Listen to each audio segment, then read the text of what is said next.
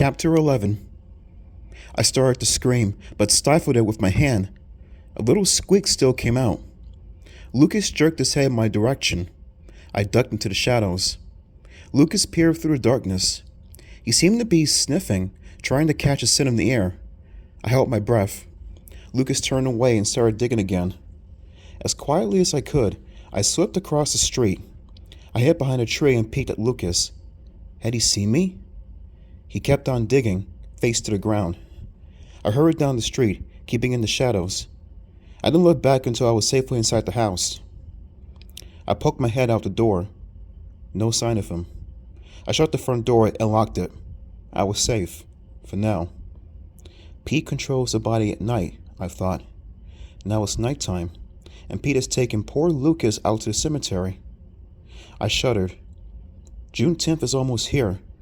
What if Pete attacks me? Then I'll be out in the cemetery at night, digging up worms and eating them. I could almost feel a bunch of wriggling, slimy worms in my stomach.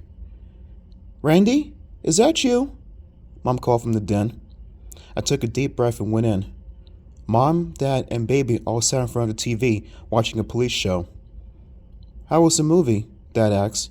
Are you hungry? We'll save you a little chicken if you want it. It's warming in the oven, Mom added. I had pizza at the mall, I lied. I'd actually had nothing but popcorn, but I couldn't imagine eating after what I'd seen Lucas do. You're a little late, honey, Mom chided me. Did you have to wait long for the bus? It didn't come, I told her. I walked home. Mom and Dad both turned sharply away from the TV to give me their X-ray glares. Dad's voice was low and serious. You should have called us, Randy. We would have been glad to pick you up. I know. I didn't think it would get dark so soon. Baby jumped off the couch, blocking everyone's view of the TV. Ooh, she squealed. Randy's gonna get in trouble. Be quiet, baby, I grumped. Not baby. Barbara, she yelled. Barbara. Sit down, baby, Dad said. Barbara. I think it's time for bed, baby, Mom said. Come on, let's go up to bed. Baby let out an ear-splitting scream. Barbara! Mom held one hand to her ear. With the other, she took Baby by the arm and pulled her upstairs. Get the tranquilizer gun, I joked. Dad frowned at me. Maybe you should go up to bed too, young lady. I don't like to think of you walking around alone at night. I didn't mean to, I said. All right, Dad answered. Go upstairs anyway and think about it. I went up to my room.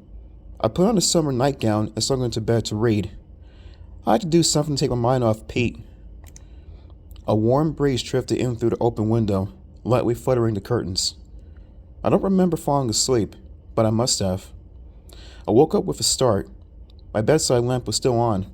The book had tumbled to the floor. The rest of the house was quiet. What time is it? I wondered. I glanced at my alarm clock. 1 o'clock in the morning. I pulled down my bed sheets and switched off the light. Across the street, all the houses were dark. The street was quiet, except for a faint sound. Voices. Voices coming closer. I touched you. You're it. He's coming. He's coming. Run! Ready or not, here I come. I sat up shaking. The voices came from the woods.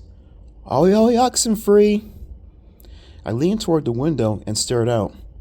At first, I saw no one, and then the voices suddenly stopped.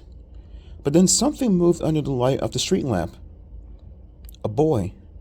A boy darted out of the dark shadows. He flashed through the pool of light. I didn't get a very good look at him. He came from the direction of the woods, then he disappeared down the street toward Lucas's house. It had to be Lucas, I thought, or Pete. I wasn't sure how to think of him, but I was scared. He's chosen me, I thought. He's after me. I'm going to be Pete's next body.